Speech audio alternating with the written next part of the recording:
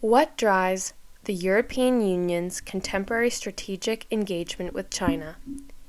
A paper by Riza Hazmath and Natalia Wysyka. Section 1. Introduction. The European Union's (EU) contemporary strategic engagement with China has involved two-factor closely aligned mutual objectives. The EU's 2019 Strategic Outlook, endorsed by all EU member states, acknowledges that China is simultaneously a negotiating partner whom the EU needs to find a balance of interests, an economic competitor, and a systemic rival, promoting alternative models of governance. Such a characterization has only intensified in the background of Beijing's handling of the COVID-19 pandemic and the perceived poor reliability within EU circles of China as a crisis actor. A similar negative-oriented perception of China arises within the EU due to the ongoing Russia-Ukraine conflict and China's continuing closeness to Russia. Commenters have suggested that these events have intensified demands from the EU that China should be on a more open, accountable, and values-based footing. The fruitful yet rivalrous partnership between the EU and China is also typified in their trade relations. The Comprehensive Agreement on Investment, CAI, was concluded in December 2020 after 7 years of negotiations and marked a commitment for a greater level of market access to China for EU investors. The CAI arguably creates a more balanced EU-China trade relationship, yet the formal procedure for ratifying the CAI in the European Parliament has been indefinitely suspended since May 2021 due to EU sanctions on China for potential human rights violations in Xinjiang Uyghur Autonomous Region. This speaks volumes about the sometimes erratic, conflictual, and competitive nature of contemporary EU-China relations. The rivalrous and fractious nature of EU-China relations is additionally evident when looking at cyber technology diplomacy. In January 2020, the European Commission recommended that member states avoid dependency on 5G suppliers who were considered to pose a major security risk. This effectively meant that Shenzhen-based Huawei, the world's largest telecommunications equipment provider, with close ties to China's state authorities, was restricted from providing 5G infrastructure to EU member states. Sweden and France immediately took steps to ban Huawei telecommunication equipment. Several Eastern European EU member nations signed a deal with the United States to limit Huawei's role in developing telecommunication infrastructure in their respective jurisdictions. On the other hand, Germany, with Europe's largest telecommunications market, did not enact an outright ban. In order to make sense of the EU's simultaneously beneficial, conflictual, and competitive partnership with China, this article uses 3 theoretical claims with the aid of empirical evidence from 3 long-standing points of interaction between the EU and China: the EU's arms embargo with China, EU-China competition in Africa, and the EU's position on designating market economy status to China. All 3 points of interactions between the EU and China have a relatively lengthy history, spanning decades. This is analytically important since discussion of these cases is not as vulnerable to the whims of a quick change in the EU's behavior towards China due to current sentiments. This is acutely important since EU member states often have diverging interests from each other and sometimes pursue varying policies than the EU when directly engaging with China. Suffice it to say, having cases with temporal longevity allows for greater precision to disentangle and focus on the EU's position as a conglomerate actor. The article further discusses the theoretical implications of this analytical exercise and discerns whether the three theoretical claims can be refined, amalgamated, or closely linked in terms of EU-China engagement. This approach is prudent, since it provides a clear comprehension of the EU and China's choices, and reaction to those choices, which have considerable impact on how both actors conduct their contemporary relations with each other. Section 2. Analytical Framework. The institutional perspective. The first theoretical claim is based on an institutional perspective with a focus on understanding the EU's institutional structural arrangements and behavior. The train of thought is that norms of conduct and behavior at the EU level are produced and diffused by its institutions.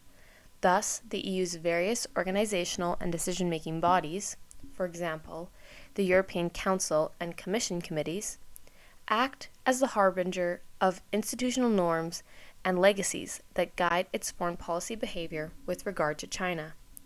Put differently, the institutional approach suggests structural arrangements including an institution's resource configurations determine actors' behavior and orientation. Institutions seemingly have a thick socializing effect on actors that is beyond instrumental adaptation and the strategic conception of rules to include the internalization of norms and rules into the definition of self-interest and its calculation. Namely, the EU's preferences are shaped by its institutional structures that create a series of rituals and regulations for actors to abide by. Indeed, said rituals and regulations are so strong that, in effect, they become a purpose in their own right. This is demonstrable when observing the case of the EU upholding its inner legacies of not overstepping the boundaries of national sovereignty and softening the blow of EU-level policies, for example, in the cybersecurity realm. A number of potential issues are apparent with the institutional approach. In particular, it presents a deterministic account of change that assumes a path-dependent preference formation once institutional outcomes are in place. In addition, the institutional approach adopts a uniform view of institutional arrangements that cannot account for variations within EU member states. This is significant as a plurality of institutional environments can create competing rituals that favor no single guiding preference. A values-based approach. The second claim derives from a values-based approach, whereby the EU as a body aims to display, partially via virtuous signaling, to its domestic constituents and international partners, the values and beliefs that the EU as a conglomerate upholds strongly. In perhaps more blunt and raw terms, the EU subscribes to a culturally ingrained self-perception of a sort of political messiah that will bring salvation to areas of the world where human rights and democratic norms are nothing but chimerical goals that have yet to materialize. The values-based approach suggests that sociocultural factors motivate actors' preference formation. In this approach, EU institutions are perceived in terms of cultural legacies and historical heritages that typify individual behavior. As a result, rather than acting as independent variables, the EU is shown to be deeply embedded in a sociocultural nexus that is undergoing constant negotiation and renegotiation. Hence, the EU's primary function has a cognitive dimension rather than a normative one, and the EU institutions' life cycles are transient. The values-based approach, however, often exaggerates the role of culture, presenting it as the universal variable that can account for the totality of actions. This significantly diminishes the tangible impact that collective rationality and resource constraint can exert on political preference formation in EU circles. Certain social theories, such as world polity theory, attempt to ameliorate some of these issues by drawing on a much broader organizational environment. In particular, the influence of international forces, for example, globalization, receives greater attention. Nevertheless, this does not address the overtly normative view of behavior. For example, Braun suggests that some actors would be described as being more rational than norms-based. Likewise, the notion that EU actors can stress and be aware of the normative foundations of their actions seems to undercut the homogenizing influence of cultural symbols and scripts that sociocultural explanations underscore. Suffice it to say, it is often a difficult task to accurately draw out the impact of culture on actors' preferences without sweeping generalizations or uncomfortably bold claims. From another standpoint, international relations realists consider observed values and norms as public rationalizations of rational behavior, and not determinative in their own right. From a meta-lens, they point out that a values-based approach does not matter if an actor lacks the power to effectuate them.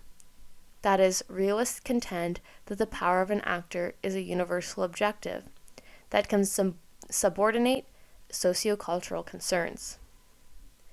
Likewise, power and interest theorists, in other words, those who argue that dominant party or business interests drive foreign policy, argue that a values-based approach is largely produced and propagated by capitalistic relations and political parties. Norms inconsistent with dominant political powers will be marginalized and excluded from the formation of dominant, well-financed institutions. Realpolitik dimension. The third claim involves a realpolitik dimension, that is, the EU's orientation towards China is driven by a pragmatism influenced by internal stakeholder pressures. This is exemplified by the notion that the EU pursues good political relations with the Chinese in order to obtain commercial advantages for their national companies, and avoid the burden of confronting Beijing openly on matters of principles and values. Consequently, this viewpoint suggests that EU's orientation towards China is driven by a mercantilist strategy designed to bolster its power and combat its resource deficiencies. At the heart of the realpolitik approach is a suggestion that EU actors are the primary determinants of their own behavior, and that rational choice is possible. Hence, considerations of rationality, efficiency, and self-interest form the bedrock of EU decision-making. From this perspective, the impact of institutional and values-based explanations is significantly downplayed due to the notion that actors actively shape, rather than reflect, their characteristics. Consequently, it becomes imperative to analyze the personalities of EU and Chinese leaders to determine the political preferences of both sides.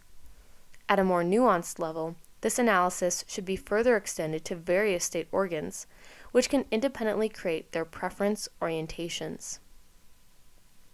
The realpolitik dimensions, however, presents a major analytical concern. The overriding assumption rests on a conception of the individuated institution, whose choices are determined by contingent, detachable preferences.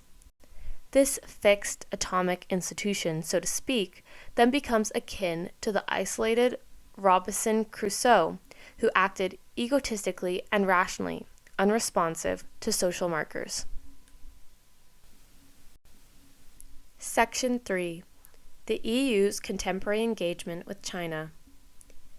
With the three theoretical claims in tow, there are a few context-specific considerations to bear in mind to empirically understand the EU's long-standing interactions with China.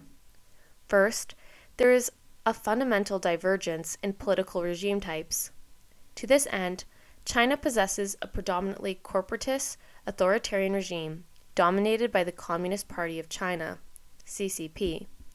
However, it is not entirely politically closed, as the presence of open elections at the grassroots level, in villages, can characterize China as a hegemonic electoral authoritarian polity. The EU, by comparison, is composed of liberal democracies with multi-party systems and full electoral competition at the member level, state level. Second, there is a general variance with regard to guiding philosophical underpinnings for domestic policymaking. In the post-market reform era, 1978 onwards, China has adopted an ultra-pragmatic view of conducting policy deliberation. Outwardly engrossed in the precepts of the Beijing Consensus and strategic policy experimentation. At a basic level, the EU has placed normative value on individual rights and freedoms, and associates the common good with notions of democracy and justice that it projects as a model for all nations in deliberative policy making. Third, there is an increasing imbalance in economic power between the EU and China. In particular, China's GDP in PPP is above the EU's. In US dollars, $27,804 billion versus $18,377 billion, with the gap predicted to substantially increase over the coming years. Furthermore, the EU had a trade deficit with China valued at 249 billion euros, which is equivalent to 194 billion in US dollars in 2021. This is not to mention the EU is experiencing a weakening euro and economic stagnation. For instance, the GDP growth rate had averaged 1.38% between 2005 and 2019. Due to the effects of COVID-19, GDP growth was projected to worsen. By comparison, China's GDP growth from 1989 to 2020 averaged at 9.37% and reached an all-time high of 15.30% in the first quarter of 1993.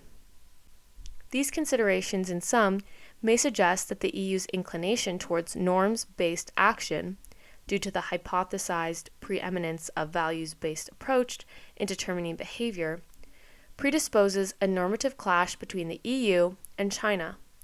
The EU may be expected on occasion to disparagingly promote its common good at the expense of improved relations with China.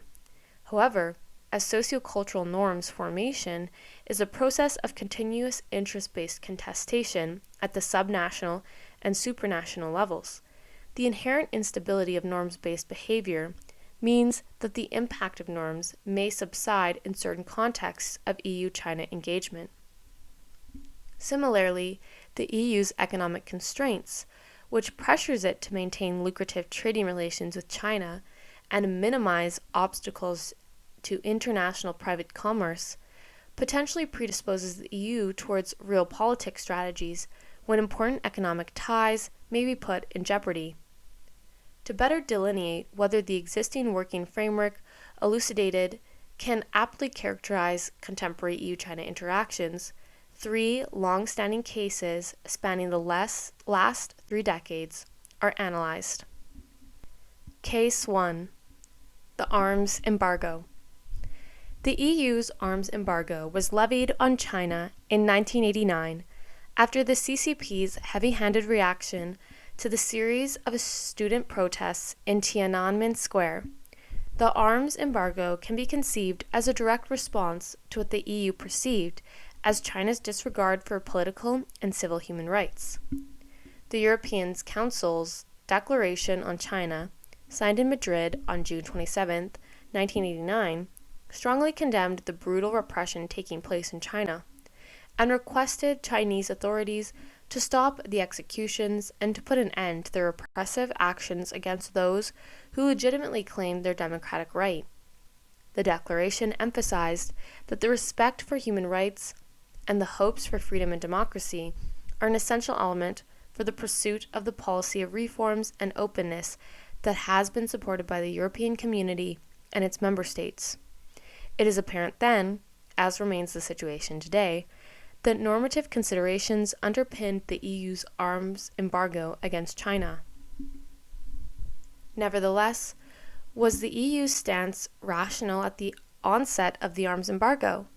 Is the refusal to scrap the ban in the present day in the EU's strategic interest? The EU seems to have adopted a rational policy to implement its normative ends. This stems from the following thought process.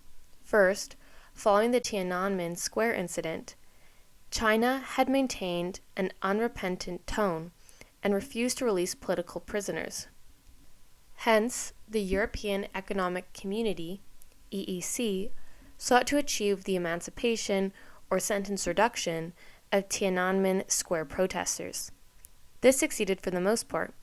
In May 1990, China released 211 political prisoners. Second, in 1989, China was still undergoing the first phase of its market reforms. The nation's GDP was $344 billion in US dollars, ranking outside the top 10 largest economies and behind 5 EEC states: Spain, UK, Italy, France, and West Germany. And its bilateral trade with the EEC amounted to $23.51 billion US dollars, which constituted an infinitesimal fraction of the EEC's overall trade volume at the time, but accounting for a sizable 21.1% of China's foreign trade. From this perspective, it was rational to have an arms embargo, as one, China was not a major economic or regional global power in 1989, and two, the EEC was receiving comparatively low economic benefits from its trade with China, while China was heavily dependent on the EEC. The EU's retention of the ban over 30 years later is an entirely different proposition. There has been a significant change in the strategic positioning of the EU due to its weakening economic and military power relative to China. The EU's hard power, measured by defense expenditure, has stagnated in real terms, with a budget of 193 billion euros, which is equivalent to 207.2 billion US dollars. In 2005, 192.5 billion in euros, which is equivalent to 206.7 billion in US dollars in 2012, and 223.4 billion euros, which is equivalent to 239.9 billion US dollars in 2018. For comparison, over the same period, China's defense expenditure was 79.9 billion US dollars in 2005, doubling by 2012 to 168.6 billion US dollars and 253.5 billion US dollars in 2018. Since 2001, China's military budget has been the second largest in the world behind USA. Suffice it to say, a fruitful partnership with China is more significant for the EU today than it was in 1989. The arms embargo undercuts the complexities of EU-China relations. As former EU ambassador to China, Klaus Ebermann states, the embargo continues to poison EU and PRC ties. In China, the ban is viewed as anachronistic, hypocritical, and insulting to the point of being a deliberate act to constrain the nation's global reemergence. China has consistently underscored the embargo's unfairness and how it belittles the concept of a strategic partnership between the EU and China. Although the Chinese have in recent years been intensively lobbying the EU to scrap the embargo, the decision to change it has not been made, nor has any compromise among the EU member states on this issue been reached. From this perspective, it seems that the EU is defending its norms at a potentially significant economic cost, thereby suggesting a strong normative undercurrent to its stance. The issue becomes more complicated from the realization that the embargo in practice is no longer capable of achieving its aim of transforming China's human rights policy, and it does not significantly undercut China's military capacity. To this end, China has repeatedly shown resilience in improving its civil and political human rights record. Since the Tiananmen Square incident, minimal reforms have been made, with the major exception of abolishing the death penalty for minors in the late 1990s, a practice that has become an international jus cogens norm. Indeed, some commentators have argued that China's human rights record is getting worse, notably when analyzing the case of Liu Xiaobo, Chen Guangchen, and policies towards ethno-religious minorities. Furthermore, the embargo itself has not significantly impacted China's access to arms globally, or ironically, within the EU, as is discussed below. Potentially, the EU is constrained by the symbolism that a lifting of the arms embargo would signal, namely condoning China's behavior. Even if the arms embargo as a tool to coerce better human rights practices has been largely ineffective, the EU will face tremendous pressure from civil society actors for overlooking human rights violations and for going against its stated normative values. The ineffectiveness of the arms embargo is underscored by the fact that EU's enforcement mechanisms are weak. As the EU's Council Secretariat points out, due to the nature of the declaration, the scope of the embargo is not clearly defined. EU member states can interpret the ban on arms sales differently, whereby the assessment of what constitutes military equipment exports is attributed to national authorities. In other words, the embargo does not completely ban all weapons sales to China. For example, despite the embargo, the UK has still been able to engage in trade of weapon components and technologies with China, granting licenses to companies to sell GBP 500 million, which is equivalent to $607 million US, worth of military technology and parts to China between 1997 and 2006. Arms sales occurred in spite of the fact that the European Parliament reiterated in a resolution issued on February 24, 2005, that unless and until there is a significant improvement in the human rights situation in China, it would be wrong for the EU to envisage any lifting of its embargo on arms sales to China, and that it requests that the Commission formally oppose such a move when it is discussed in the Council.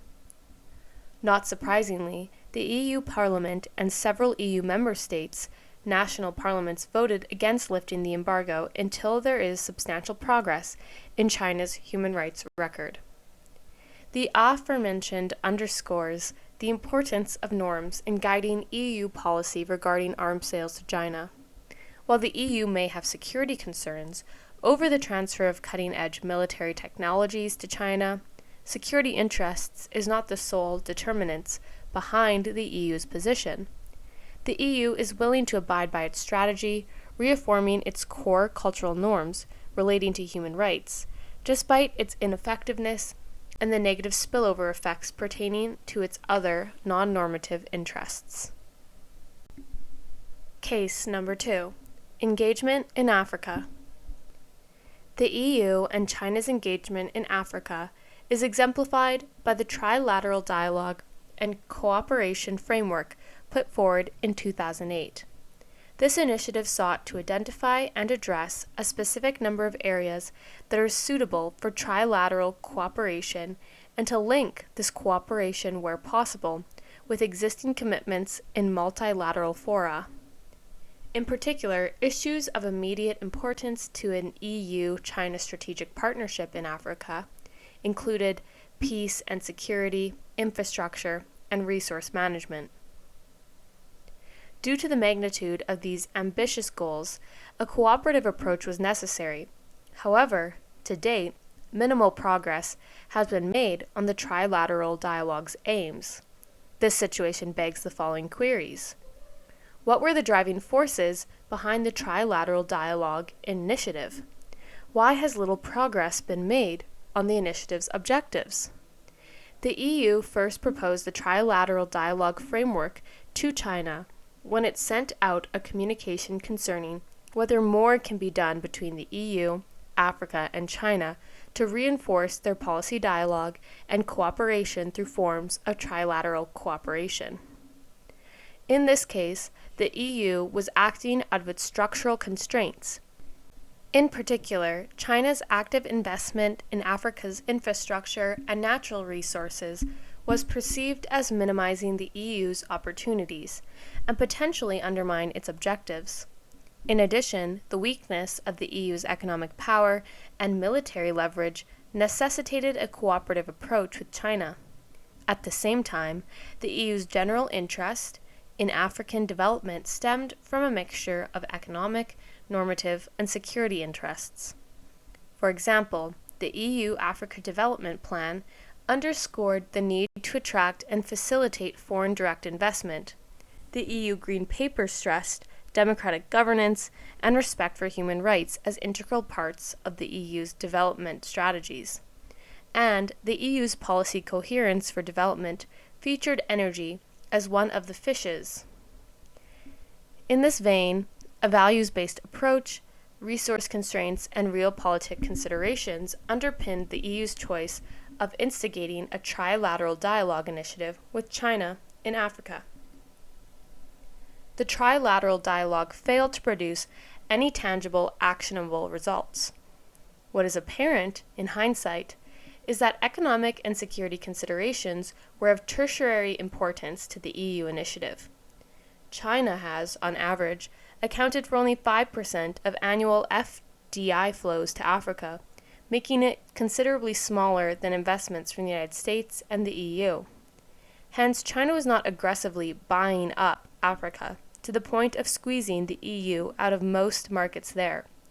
Furthermore, China's investment has predominantly filtered into authoritarian and semi-authoritarian African nations that the EU would never have entered. For example, China supported Zimbabwe during a period of EU sanctions. Likewise, China sold $55 million worth of arms to Sudan between 2003 and 2006, flouting the United Nations arms embargo. In fact, Sudan became the epitome of what is dubbed as China's complete package, which includes money, technical expertise, and even influence in international institutions. For instance, in 2004, China blocked U.S. efforts to apply UN sanctions on Sudan, which supplies about 5% of China's oil requirements. It is apparent that China's investment policy was not heavily impinging on EU markets or energy security. Rather, any contentions over China's behavior stems from normative considerations and are manifested in two forms. First, the EU was dissatisfied with the impact of China's economic policy on the local African population. As Mucci et al. State, Chinese companies unfairly import their own workers, thereby limiting local employment opportunities and keeping out African firms. These trends are exacerbated by the arrival of cheap Chinese imports that are destabilizing local African industry. In the case of South Africa, for example, most of the increase in Chinese market penetration has been at the expense of local production.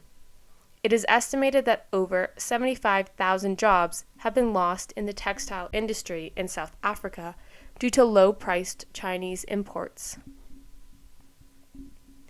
Second, the EU perceives China's economic involvement in Africa as having promoted and spread corruption, thereby weakening transparency and governance. This derives from the notion that China's FDI and development aid packages, unlike the EU's, do not include clauses relating to the promotion of transparency, accountability, and good governance. The EU has been consistent in emphasizing the importance of such normative claims in its development policy towards Africa.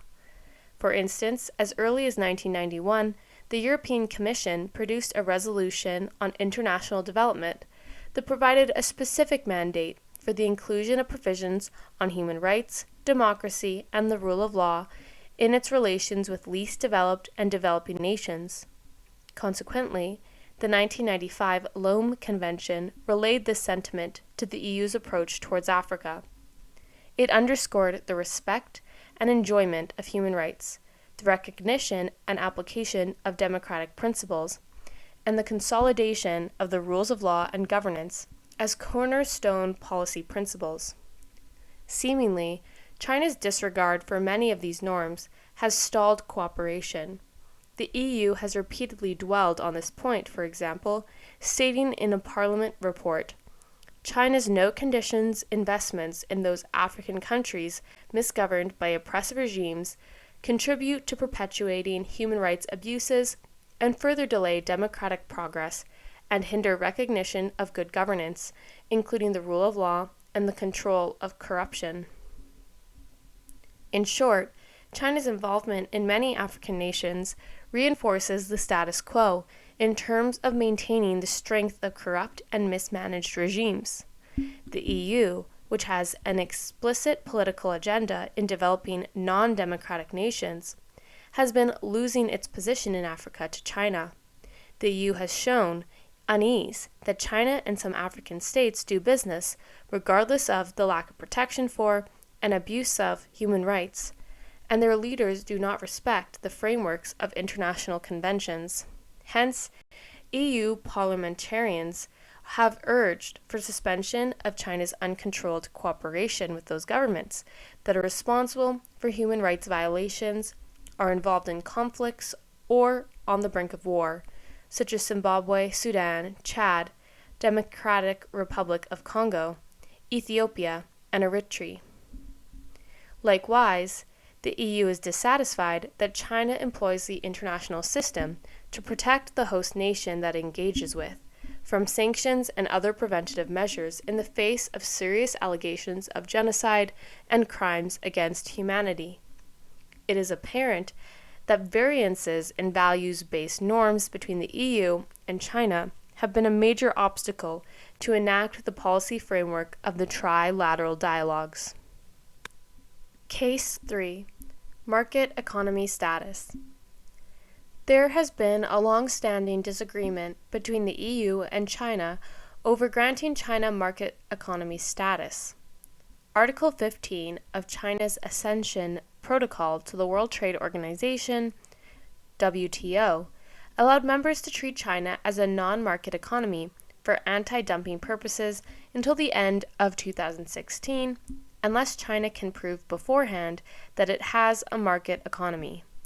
On December 12, 2016, the dispute was taken to the WTO, which China subsequently allowed to lapse on June 15, 2020. The EU refused to grant China market economy status on technical grounds. The EU's assessment of market economy status is based on 5 major criteria set by the European legislation covering government influence on firms' decisions, public ownership, firms' accounting standards, bankruptcy regulation, and exchange rate policies. According to the EC's assessment, China has only satisfied one criterion: the absence of state-induced distortions in the operation of enterprises linked to privatization and the use of non-market trading or compensation system. The most vocally expressed rationale underpinning these technical arguments centers on the idea that granting China market economy status will adversely impact the EU's economy.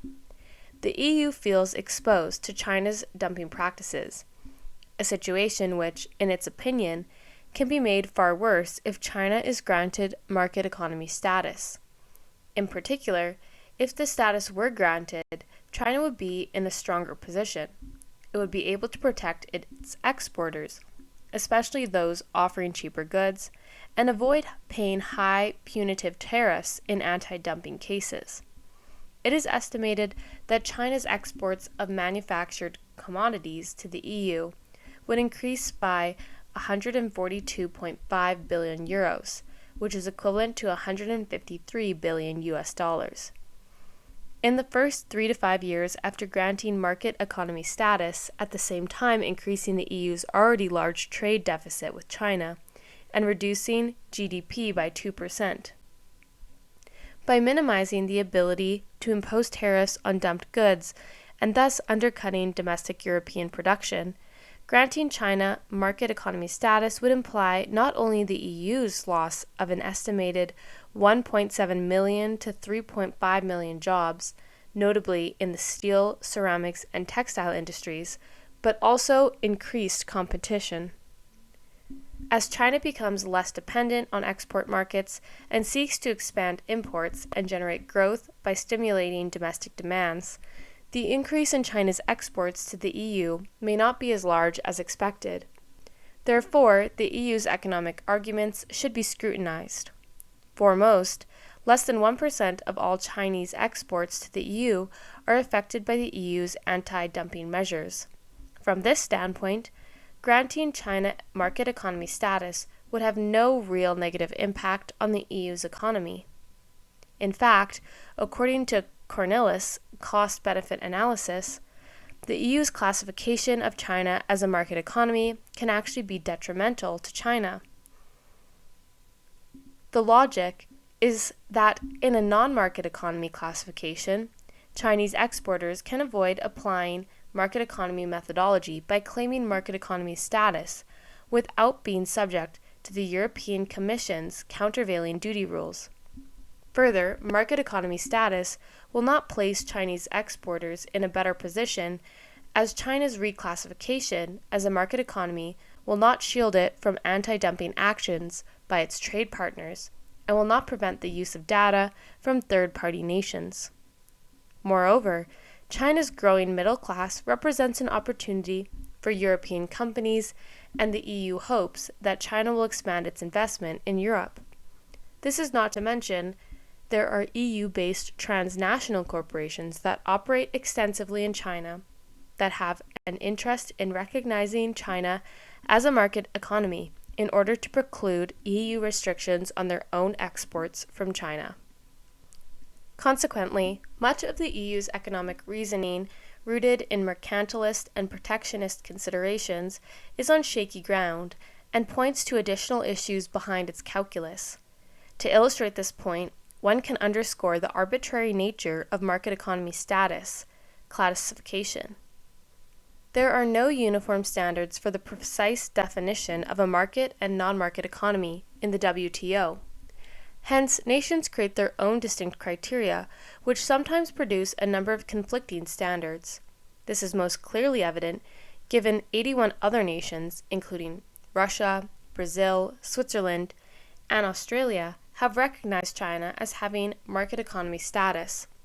Meanwhile, the EU continues to withhold recognition and bases its decisions on dissimilar criterion.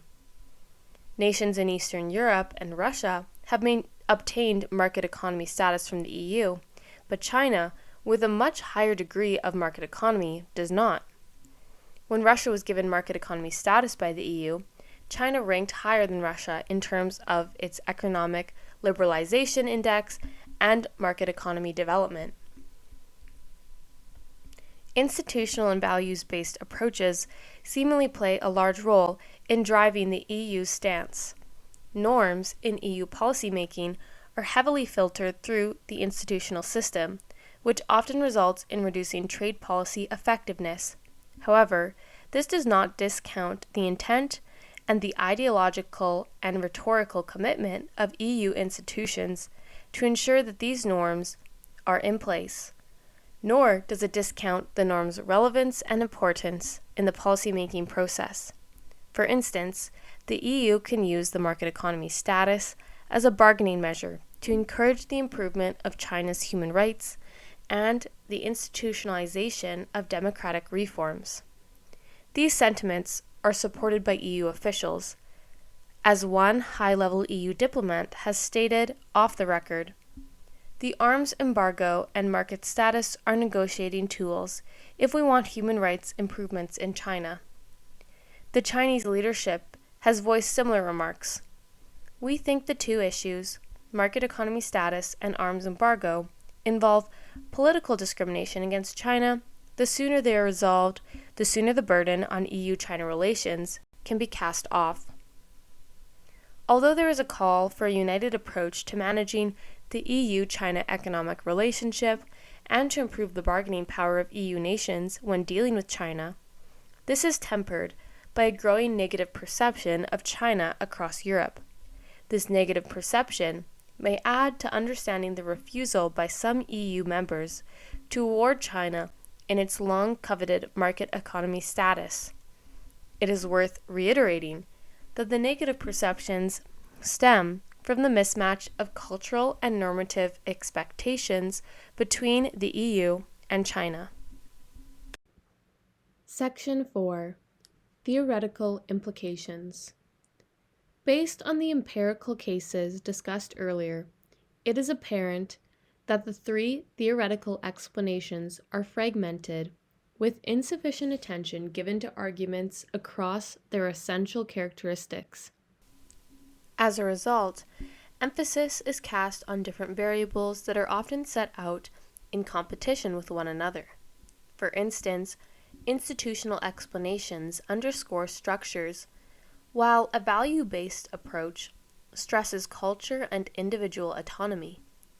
The limitations of each theoretical explanation's isolated scope, therefore, impact its success in accurately accounting for preference formation in EU-China relations. This has ultimately meant that the study of deciphering decision-making in EU-China relations has remained compartmentalized and particularistic. From this perspective, it is a necessary exercise to integrate complementary elements of the three theoretical explanations, causal arguments, into a meta-framework that can transcend their restrictions and ameliorate their individual weaknesses. One of the most basic elements in all three theoretical explanations is an acknowledgement of dynamic sociocultural norms and their interaction with the surrounding environmental context. To this end, attention is directed at governance systems which embed institutions, sociocultural norms, strategic actors, and stakeholders. This stems from the notion that systems of governance reflect specific configurations of power relations and contested interest alignments that support dominant sociocultural, institutional, and stakeholder arrangements. For this reason, the three theoretical explanations should not be viewed in insular terms, but rather as deeply enmeshed complementary variables that structure and are structured by extant power dynamics within particularized governance systems. Consequently, the aforesaid formulation possesses several important characteristics. First, culture serves as the most prominent underpinning element that predisposes institutional outcomes and actor preferences. In particular, institutions are seen as the embodiment of sociocultural systems of meaning, or as the historical negotiations that lead to shared typifications or generalized expectations and interpretations of behavior. Furthermore, stakeholders' roles are depicted as highly situational and dependent on socially constructed variables. As a result, those stakeholders, for example, governments, interest groups, think tanks, social movements, retain some individual and collective agency to impact strategic preferences. The dominant cultural institutional context can determine their efficacy throughout decision-making phases in terms of dictating stakeholder authority and significance. Second, as dominant value-based norms are an expression of power relations, the nature of local resource configurations can propel certain sociocultural norms into the forefront, while leaving others outside mainstream pockets of power. Thus, the primary role of structural constraints is not so much to form sociocultural preferences, but rather to help determine which ones gain the most hold in governance systems. Third, governance systems and strategic preferences are seen as transient and malleable, due to the notion that their primary underpinning variable, sociocultural norms, experience construction and renegotiation through ongoing interest-based contestation. Subsequently, from this framework, a series of statements regarding the EU's strategic behavior towards China can be derived.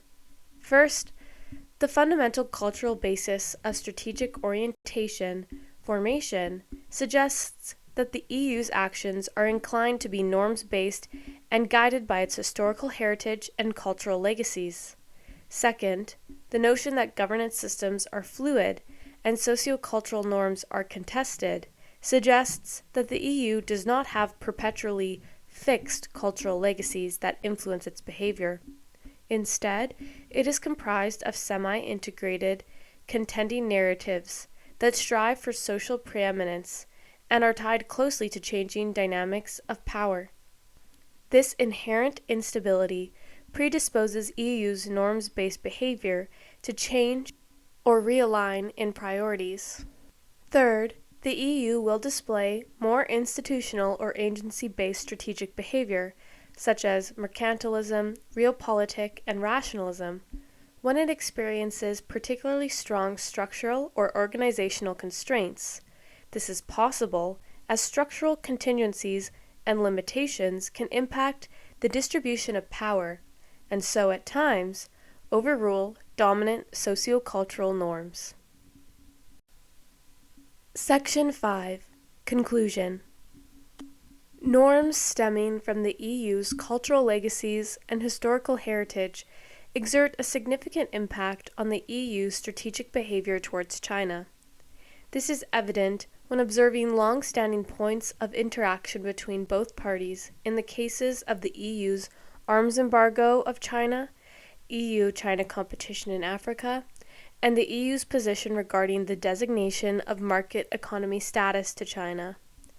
Each of these long-standing cases illustrates that the EU's normative consideration is an interactive and sometimes a potentially overriding variable that greatly shapes and predisposes its policy approach towards China.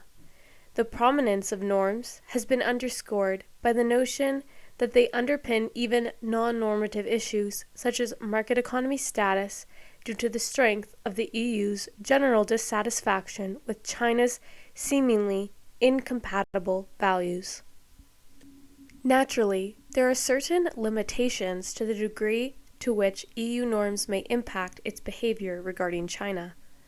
Where there are overriding economic benefits, an analysis of costs and benefits may take precedence.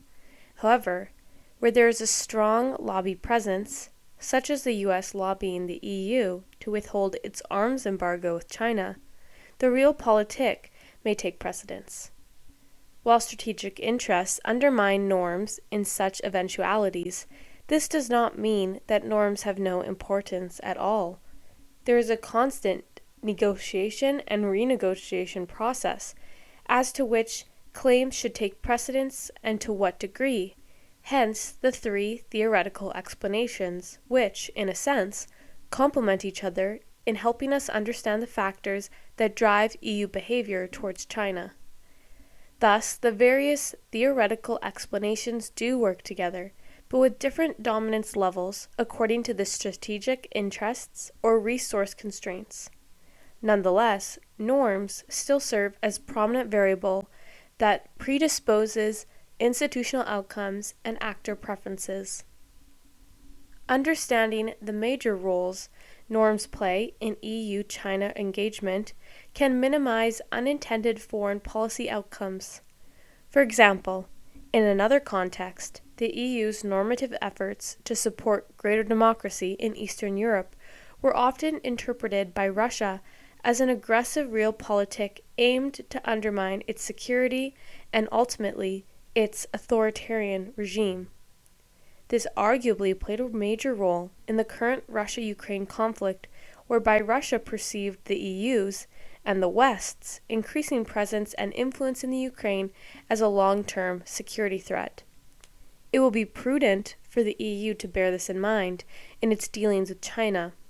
This will promote greater and deeper cooperation as state actors' goals and intentions are more apparent and can be addressed directly. Furthermore, understanding the inherent norms in play by both sides can bolster states' persuasive powers, as each state actor can build from each other's shared normative premises. The net result, then, is a safer international order that improves global security. It will be prudent for future studies to place greater emphasis on the context in which norms are formed. Perhaps with the aid of recent cases, once concluded, such as the EU's evolving stance towards Huawei, or the EU's reaction to the 16+1, 16 Central and Eastern European nations plus China, and now the 17+1 format. This is important, as for example, even though China may de-emphasize rights-based justice and democracy, a similarly authoritarian nation such as Russia derives its normative standpoint primarily from its opposition to the West, rather than as an extension of its modern history, which is more akin to the case of China. As a result, nation-states with similar norms to China can still produce different behavioral responses from the EU based on the nature of their norm development.